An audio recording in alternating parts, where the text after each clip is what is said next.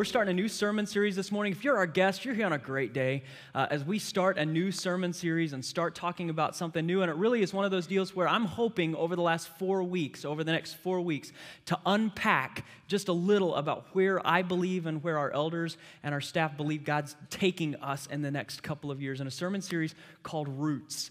And what you'll recognize if you've been a part of McKinney for a really long time, it's not just about where we're headed, it's also about where we've been. And Roots is intentional because what you're going to discover is that where we're headed has a whole lot to do with where we've been and where the guys that originally planted this church almost 58 years ago, what they had in mind as they got ready to launch into a new season and to launch a new ministry, which is important. It's important to know roots. It's important to know where you came from. It's important to know where you're going and to know what those roots are so that you can find stability in something, even when the seasons change, even when you grow, even when you change, even when above the surface things look different. It's important to know where the roots are. And so over the next several weeks, we're going to look at what the Bible says about roots of a church, and specifically the roots of this church. And as we start, I just got to kind of confess something to you, and that is, we're talking about roots, but I got to be honest, I'm a really lousy gardener.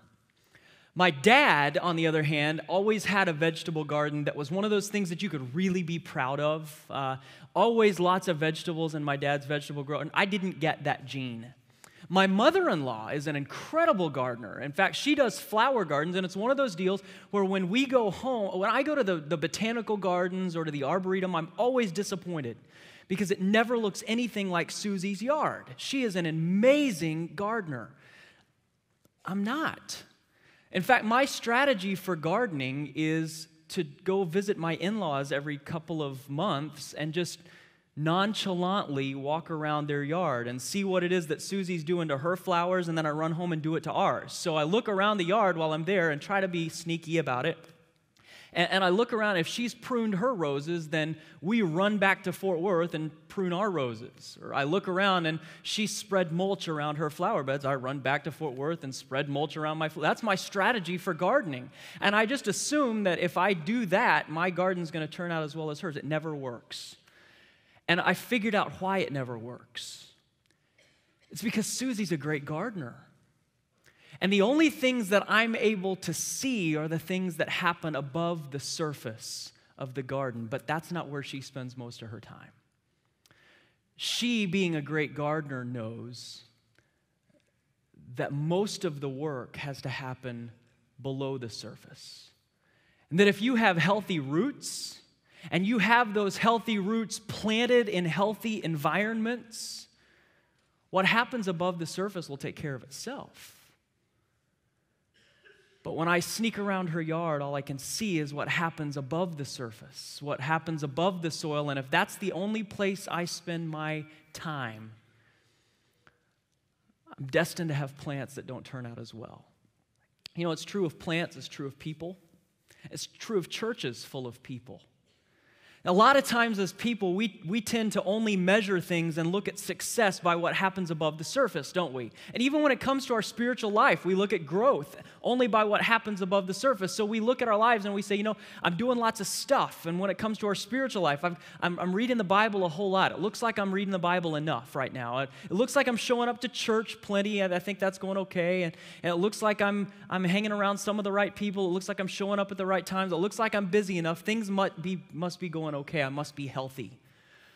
It's the same thing with churches, right? We come in, we look at only what we can see, and we look around and we say, well, that church has that particular ministry, so because that church has that particular thing that's going on, it must be a healthy church. Or there are lots of people there at that church, a lot of people showing up at the worship times, and really throughout the week, there are always people showing up at that place, and because I see lots of stuff happening, that must be a healthy place for us to be. That must be the kind of place that I want to go. That must be a healthy church, and it must be a good kind of place that I want to put down roots. And yet, when we begin to look at what it looks like to be healthy from a biblical standpoint, both for us as individuals and for us as a church, what we find out is if all we pay attention to above the surface, if all we work on is making sure that things look good, and we don't pay attention to what happens beneath the surface, we run the risk of being or becoming one of those plants that thrives without a healthy root system. You know what we call those plants? They're the kind of plants that show up in my garden.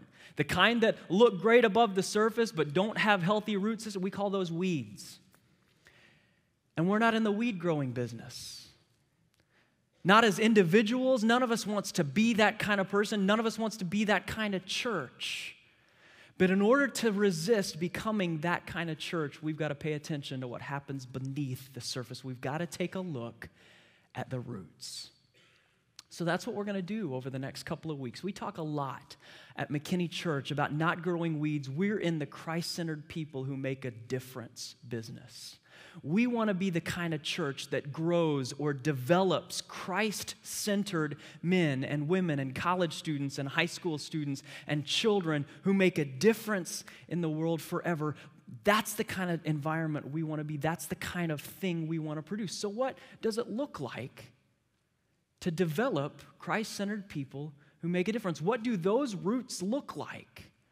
And what type of environments do we need to plant people in order to help them grow into what it is that God's called us to be? That's where we want to go over the next several weeks. So this morning, if you've got a Bible, I want to take you to two different places as we talk about what it looks like to grow that, what it looks like to grow Christ-centered people who make a difference. So if you have a Bible, turn to Ephesians chapter 3. Beginning in verse 14. If you don't have a Bible or you don't own a Bible or didn't remember a Bible this morning, we've got some that look exactly like this spread out all over these chairs. If you don't own a Bible or don't have one in a translation that you can understand, grab one of those, take it home with you as our gift. We'd love for you to have a copy of God's Word. And we're going to be, I'll even give you a head start on this passage. We're going to be on page 815 of those Bibles. So flip to page 815. Ephesians chapter 3, verses 14 through 19 is where we're going to be. And as you're turning there, let me catch you up on Paul's story. There was a guy named Paul that was a part of what God did early in the history of the church in order to spread the church and to spread the message of what Christ had done throughout the rest of the earth. But you got to know about Paul. Paul wasn't always one of the religious elite. He was one of the religious elite of a different kind who didn't care anything for Jesus or the people that followed Jesus. In fact, his whole deal was to find people who followed Christ and persecute them, to throw them in prison, to keep them from sharing that message about who Jesus was and what Jesus had done. And in fact, when the very first recorded person who'd followed Jesus was killed for his faith, Paul was standing there leading the charge.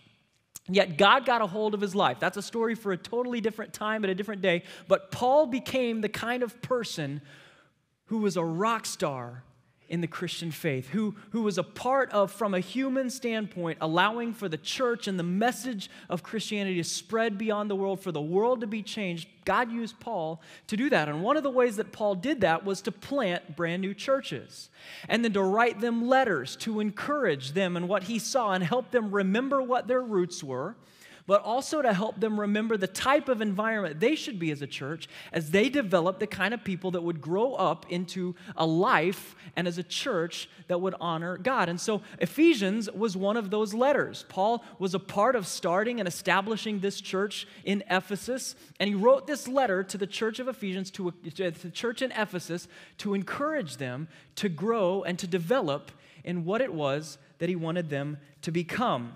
And what you find in this passage is a prayer for their roots, a prayer for the kind of garden that he hopes that church would become and would nourish the kind of people that would be there. So it's found in Ephesians chapter 3, beginning in verse 14, and I want to read it for you as we get started this morning. Ephesians chapter 3, beginning in verse 14. Paul's writing and he prays this: "For this reason I kneel before the Father, from whom every family in heaven and on earth derives its name. I pray that out of his glorious riches he might strengthen you with power through his Spirit in your inner being, so that Christ may dwell in your hearts through faith.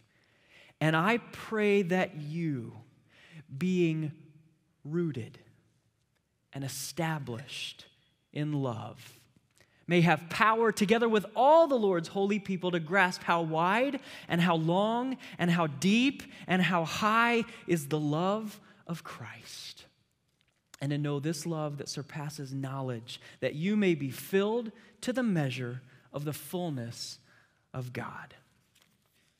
Now, we're going to come back to this passage a couple of times through the series, so we're not going to totally unpack it this morning, but I want you to notice a couple of things. Paul says several things in this verse. The first one is he says in verse 16 and 17, the first part of 17, that something would happen. He's praying that something would happen in the lives of these people that would cause growth to begin in the first place. And then in verse 18, he says this growth that's going to happen, he's praying that it wouldn't just happen as a single person, solitary person living together, that would happen together with all of God's people.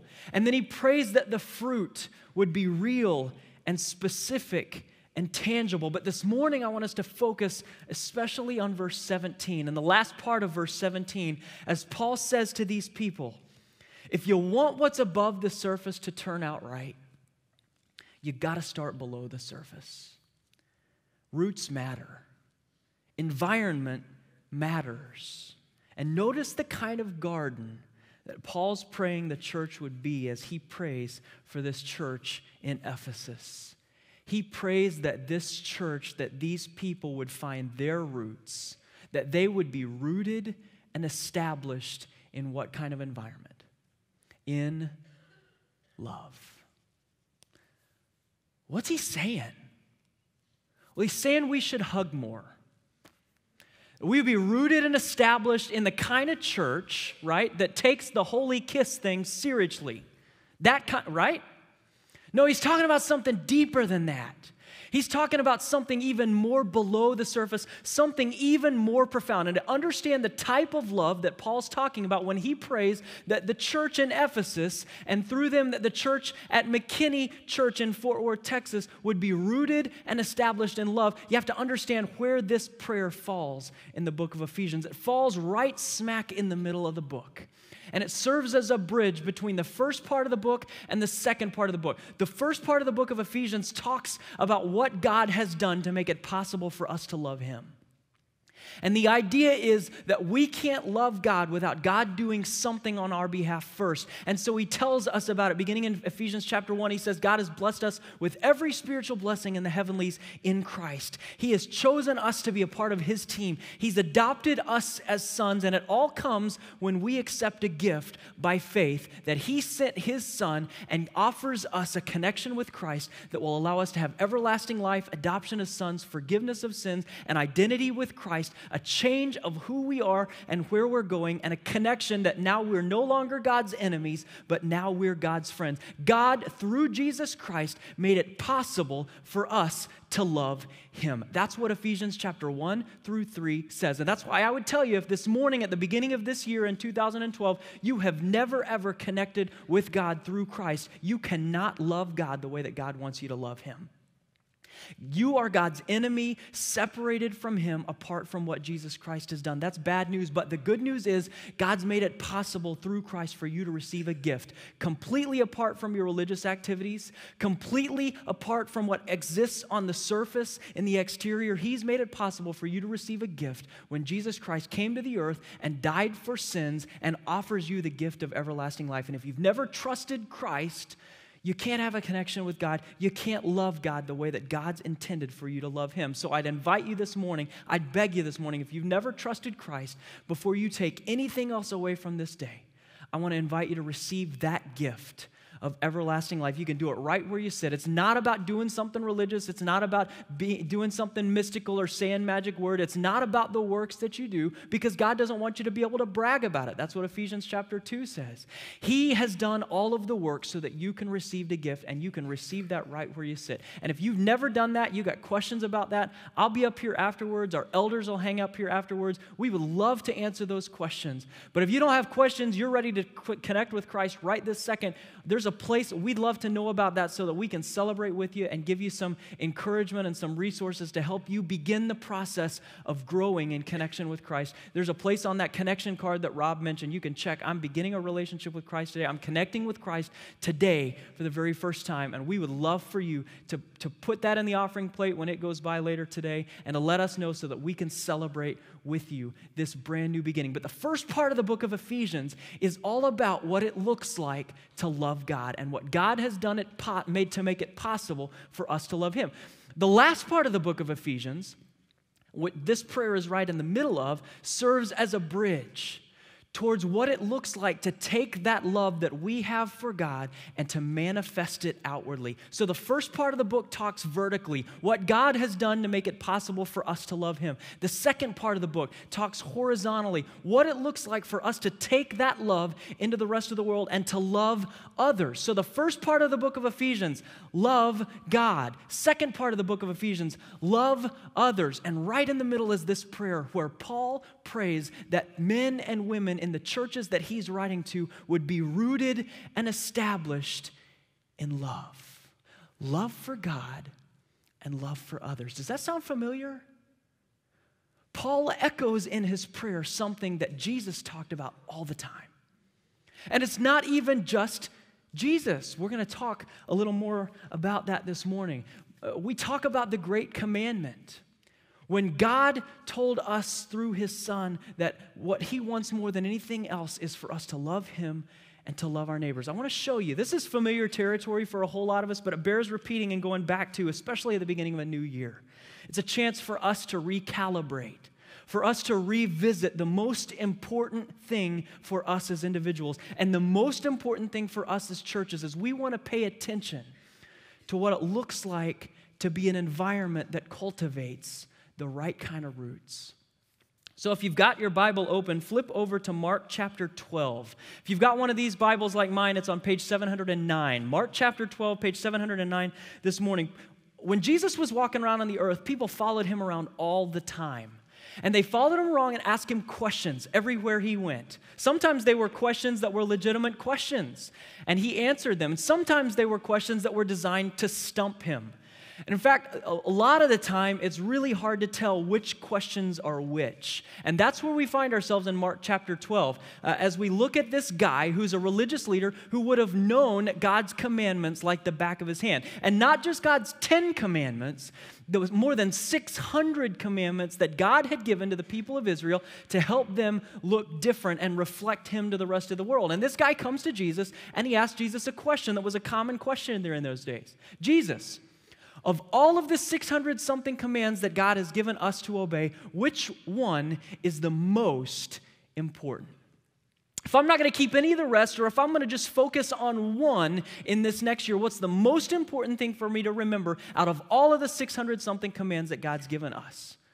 This was one of those questions that smart people used to ask each other just to try to stump each other and make their head hurt, right? The kind of questions like, can God make a mountain so big that even He can't move it? Those kinds of questions. Or can God make a square circle if He can do anything? Questions like, why does grape-flavored stuff not taste anything like grape? The kinds of questions that smart people, yeah, that's a good question, right? Smart people ask each other just to make their heads hurt, and also to prove to each other that none of them is as smart as they think that they are. And this guy comes to Jesus and he asks him one of those questions. Jesus, of all of them, narrow it down to one.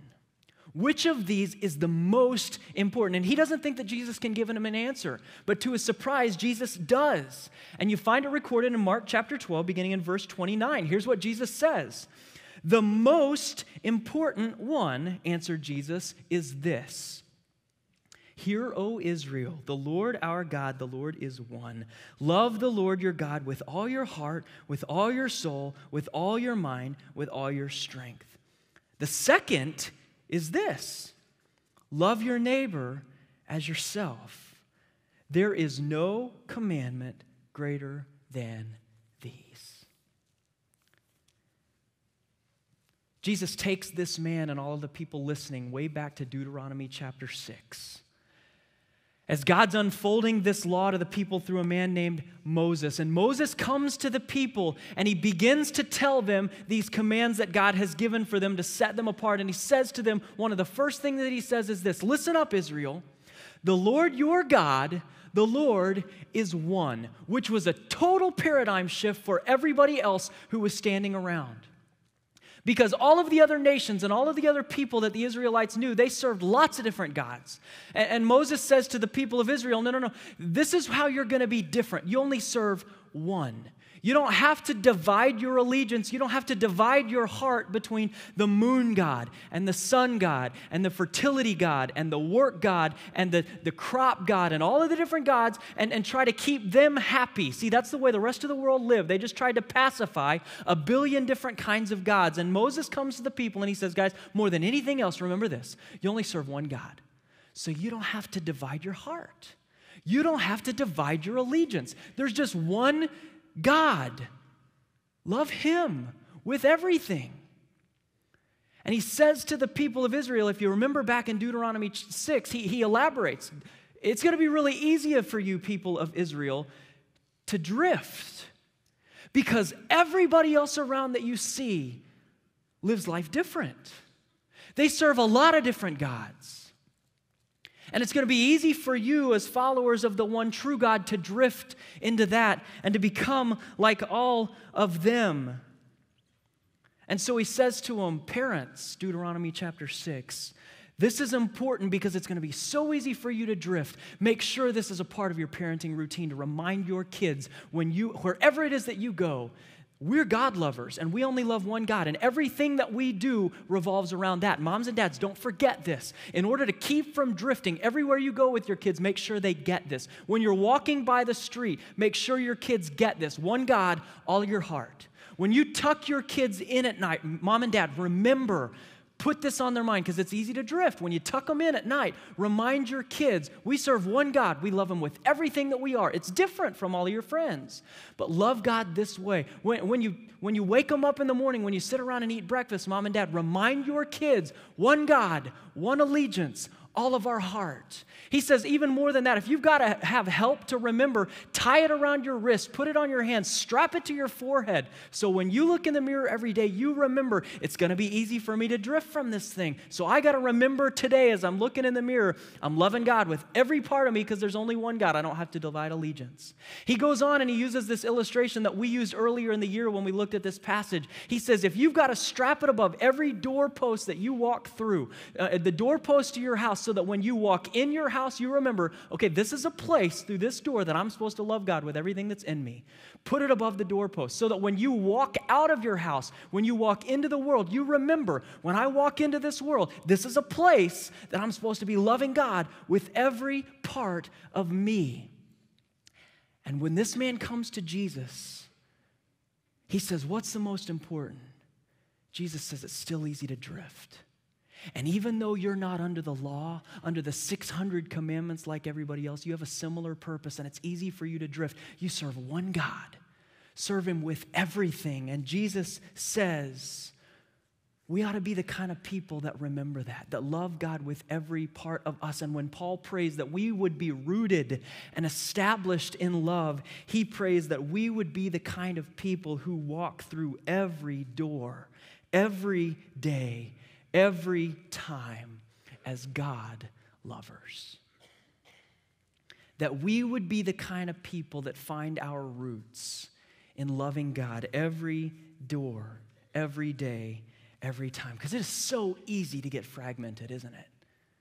And it's easy for us to get distracted. And we don't call them other gods, but there are all kinds of other places that we go to find our security. And all kinds of other places that we go to find our identity, and all kinds of other places that we go to find our significance. We don't call them gods, we call them bosses and jobs and cars and relationships and people. We don't call them gods, but that's exactly what they are. And it's so easy to just limit our love for God to the things that we do on the surface, the explicitly religious activities that we do, that we're loving God here, but with the rest of us, we're finding our significance and our identity and our security and all kinds of other things. What Moses commands and what Jesus says and what Paul prays is that we would be people who aren't divided. That everywhere we go, every door we walk through, every time we do it, we would be men and women who are on a mission to love God with every single part of us. See, this is great news. I'll give you an example. This is great news for some of you that are stay-at-home moms. That every time you hear a sermon like this, you start to feel guilty that you don't love God enough, right? And so you start to make these resolutions. You know, maybe what I'll do is I'll just set the alarm about 45 minutes earlier in the morning before the kids wake up so I can love God and read my Bible and do my stuff before the kids wake up. That's the exact opposite of what Paul and Jesus and Moses are saying here. What they're saying is, no, maybe you should just sleep until the kids wake up and be the kind of mom that loves your God in front of your kids and doesn't just relegate your loving God to something that you do when your kids aren't awake. Maybe we as bosses, maybe we as employees shouldn't just look at the work as the place that we go for significance and for success and for identity. Maybe we shouldn't just relegate our God-loving to the Bible study before work or the Bible that we read during lunch. Maybe we should view everything we do when we walk through those doors as an opportunity to love and to worship God. That's what Paul was praying for. That's what Jesus was asking for. That's what Moses was commanding, that every door, every day, every time, we would be the kind of people who find our roots, our stability, our nourishment in love for God. But you notice that's not where Jesus stops. Because he doesn't want to be misunderstood by this man. He doesn't just give him one command because the temptation would be to misinterpret that the only thing that God really cares about is what happens in private. That loving God is just something that's only expressed inwardly, and Jesus doesn't want to be misunderstood. So you saw that he went on in Mark chapter 12, verse 31, and he says, the other one is like it. There's a second command, and it's this: love your neighbor as yourself. What Jesus is pointing out is something that we've said before, and that's that God never, ever intended a personal relationship with him to stay personal. He always intended for love for him to be expressed in relationship with other people as far back as the nation of Israel. That's why God gave so many strange laws to those people. Some of you started reading the Bible through, you're going to read the Bible in a year. That's one of your New Year's resolutions. It's a great resolution. But here in a couple of months, you're going to get stuck because you're going to get to Leviticus and start reading about no clothes of mixed fibers, and it's important the way that you trim your beard and the way that you shave, and you're going to think, this is really crazy. It doesn't make any sense. You know why God gave them those commands? It was so their life, as they were loving God every day, every door, every time, would be visible to other people so that their lives would beg a question for the people that lived around them. So that the Canaanites that live around them would come to them and say, hey man, you shave funny. Why do you shave your face that way? And the person whose life has just begged a question could explain about the one true God. The reason that God gave those commands was so that people would come up to the people of Israel and say, hey, why is it that you don't eat bacon? It's good. So that the people of Israel could say, oh, let me tell you about the one true God that I serve, and I want to serve him with all of my heart. God designed it so his people would live lives in such a way that their lives begged a question. And so as Paul prays for us as a church, and so as Jesus talks about what's most important, as Moses talks to the people in Leviticus, what he says to them is, love God, be the kind of people, church, be the kind of environment where the type of people find roots that every door, every day, every time lives a life that begs a question. Every day, every door, every time, in front of others, living a life that begs a question. Can I ask you something hard? When was the last time you loved someone in such a real, tangible, direct, different way that it caused them to ask you why? That it caused them to ask you why you're different? That it caused them to ask you why you love them in a way different than anybody else would? It's not just talking about being nice. Moses, Jesus, Paul were not just talking about being polite, not just talking about open doors for people, not just being the State Farm kind of neighbor. They're talking about living lives in such an intentional, direct, sacrificial way that it begs a question from the people that we live life with about why we love them differently than anybody else would. When was the last time somebody asked you why you live life like that? Jesus says it doesn't get any more important than that. Every day, every door, every time, loving God with every part of us in front of other people in such a way that our life begs a question. That's what Paul prays for. And I got to say, as a pastor, but also as somebody whose family is growing up in this church, my prayer for McKinney Church is the same thing, that we would be the kind of church that provides an environment where people can grow up in a way that they love God every day, every door, every time, with every part of them, living lives wherever it is that we are, that are different enough that they beg a question. What about you? Where are your roots? Where are you established? What kind of environment are you in? Here's the promise: if you pay attention to what happens beneath the surface, if you pay attention to your roots, what happens above the surface will take care of itself. This is a question that we're asking about every single thing we do as a church. Does that provide the kind of environment that allows people who are rooted and established in love to grow? And it's the question we want to ask of us as individuals. You'll notice at the bottom of your bulletin, there's a place for you to commit to a personal step in response to what we've heard from Paul and from Jesus and from Moses. The first thing, what's a door? What's one door in your life that you need to take a step to put down roots as a person who loves God with everything you are? Maybe that's your office. And it's time to just stop treating office as the place where I get my security. Maybe you're approaching it the wrong way. This is a place that I go to find security or identity or stability. Maybe the office is the place that you need to walk through instead with a heart for worship, to love God with everything you are. Maybe it's the doorroom to your kid's bedroom, to be the kind of parent who reminds your family that a part of your worship is making sure your kids never, ever forget that they serve one God and can serve Him with all of their heart.